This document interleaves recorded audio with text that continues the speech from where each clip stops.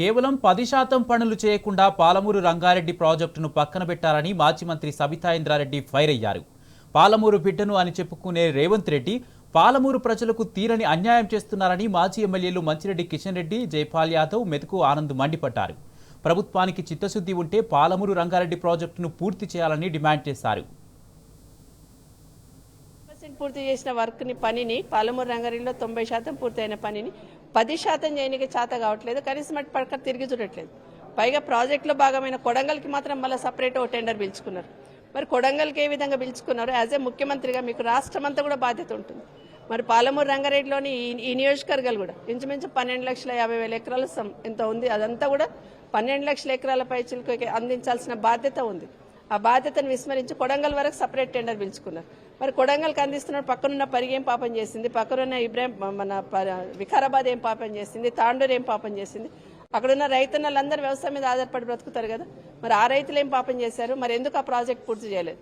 మీరేమో పాలమూరు బిడ్డ అని చెప్పుకుంటారు. మరి పాలమూరు బిడ్డగా పాలమూరు రంగారెడ్డికి సంబంధించి ఎందుకు పూర్తి చేయలేకపోయారు? మరి పెద్దగా గొప్పగా జైపాల్ రెడ్డి గారి పేరు పెడుతుంది. మరి జైపాల్ రెడ్డి గారి పేరు ఈరోజు జైపాల్ రెడ్డి ఆత్మకు శోభిస్తుంటుంది. నా పేరు పెట్టేసి దాన్ని పక్కన పడేసినామని ఈరోజు కేసీఆర్ గారు మాట్లాడంగానే అందరూ మాట్లాడుతున్నారు ఏదో ఆయన తప్పు మాట్లాడినట్టు.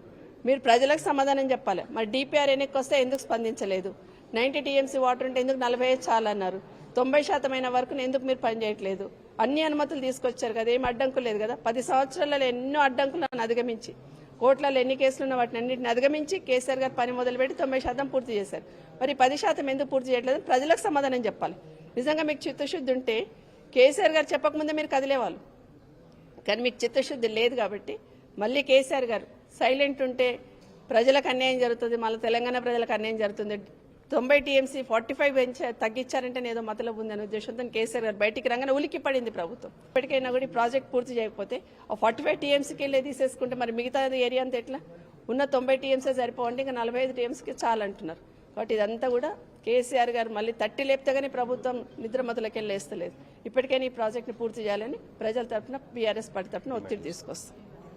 ఇవాళ రంగారెడ్డి జిల్లా, వికారాబాద్ జిల్లాలో ఉన్నటువంటి 6 నియోజకవర్గాలకు ఎలాంటి అభివృద్ధి కార్యక్రమాలు అంటే ప్రాజెక్టు విషయంలో ఎక్కడ కూడా ఏది కూడా మాట్లాడకుండా, ఓ తట్టెడు మన్ను తీయకుండా, ఒక కొంత డబ్బు కూడా కేటాయించకుండా 2 సంవత్సరాల నుంచి కాలయాపన చేయడం జరిగింది. ఇవాళ ప్రజలకు ఏం జవాబు చెప్తారనేది మేము అడుగుతా ఉన్నాం. ఖచ్చితంగా ఈ 6 కాన్స్టిట్యున్సీలకు నీళ్ళు ఇచ్చే విధంగా ప్రణాళిక చేయాల్సినటువంటి బాధ్యత. గతంలో ఎంతో గొప్ప సర్వేలు అవన్నీ కూడా కంప్లీట్ చేశారు. ఉద్దండాపూర్ నుంచి కూడా ఖచ్చితంగా నీళ్లు వస్తాయని చెప్పేసి అందరూ ఒక ఆశ పడ్డారు. టెండర్ కూడా 7,000 కోట్ల రూపాయలతో టెండర్ కూడా పిలిచారు గత ప్రభుత్వం. కానీ ఈ ప్రభుత్వం ఆ టెండర్ను కూడా క్యాన్సిల్ చేసి ఇప్పటి వరకు ఎలాంటి అభివృద్ధి కాలువల పని చేయనటువంటి పరిస్థితి. కాబట్టి ఎట్టి పరిస్థితుల్లో మేము డిమాండ్ చేస్తా ఉన్నాం. నార్లాపూర్ నుంచి ఒక 2 కిలోమీటర్ల కాలువ దొగితే ఆ శ్రీశైలం బ్యాక్ వాటర్ మొత్తం కూడా వచ్చేసి ఈ మొత్తం కూడా వచ్చినటువంటి రిజర్వాయర్స్ నింపుకునే పరిస్థితి ఉండేది. ఇప్పుడు పాలమూరు రంగారెడ్డి ప్రాజెక్టుకు జైపాల్ రెడ్డి గారి పేరు పెట్టాడు. మేము సంతోషపడ్డాం. కానీ జైపాల్ రెడ్డి పేరు పెట్టి ఇలా జైపాల్ రెడ్డి పేరు ముంచాడు. ₹1 కూడా 2 సంవత్సరాల నుంచి కేటాయించలే. ఒక్క తట్టెడు మను కూడా తీయలే. పాలమూరు ప్రాజెక్టు కింద 1 ఎకరానికి కూడా 2 సంవత్సరాల కాలంలో నీళ్ళు ఇవ్వలే. మీకు చిత్తశుద్ధి ఉంటే కేసీఆర్ గారిని విమర్శించడం కాదు. కేసీఆర్ గారు 90% కంప్లీట్ చేశాడు. మీరు మిగిలిన 10% చేయండి. ఒక 10,000 కోట్లు కేటాయించండి. రేవంత్ రెడ్డి గారు మీకు చిత్తశుద్ధి ఉంటే వెంటనే యుద్ధ ప్రాతిపదికన ఈ పాలమూరు రంగారెడ్డి ప్రాజెక్టును చేపట్టి, దాంతోపాటు డిఎల్ఐ ప్రాజెక్టును చేపట్టి, దాంతోపాటు కాళేశ్వరంలో ఉన్నటువంటి సుందిల్ల కానీ, అన్నారం కానీ, మేడిగడ్డ కానీ కాళేశ్వరం ప్రాజెక్టు ఏదో 2 పిల్లర్స్ కూలిపోయినామంటారు కదా, దాన్ని కూడా నిర్మాణం చేయించి రైతులకు సాగునీరు అందించి తెలంగాణను మొత్తం కూడా సస్యశ్యామలం చేయవలసిన బాధ్యత మీ పైన ఉంది. రేవంత్ రెడ్డి గారికి ప్రెస్ మాట్లాడినటువంటి మాటలకు సమాధానం చెప్పే సత్తు లేదు, సబ్జెక్టు లేదు, ఆయనకు శాత కాదు. అందుకని ఏం చేస్తున్నాడు?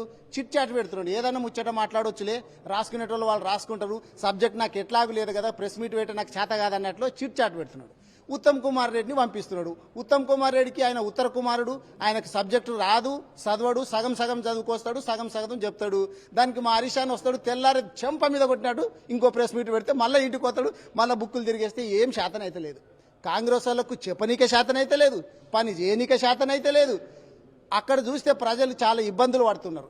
వీళ్ళు మొత్తం అయిపోయింది. లాస్ట్లో ఇప్పుడు ఇల్లు కట్టుకుంటే మనకు ఎట్లుంటుంది అంటే ఏదో లాస్ట్లో ఇంత పెయింట్ వేసుడు మిగులుతానో లేకపోతే చిన్న వర్కులు చేసేటటువంటి పని కూడా వీళ్ళకి చేత కావట్లేదు.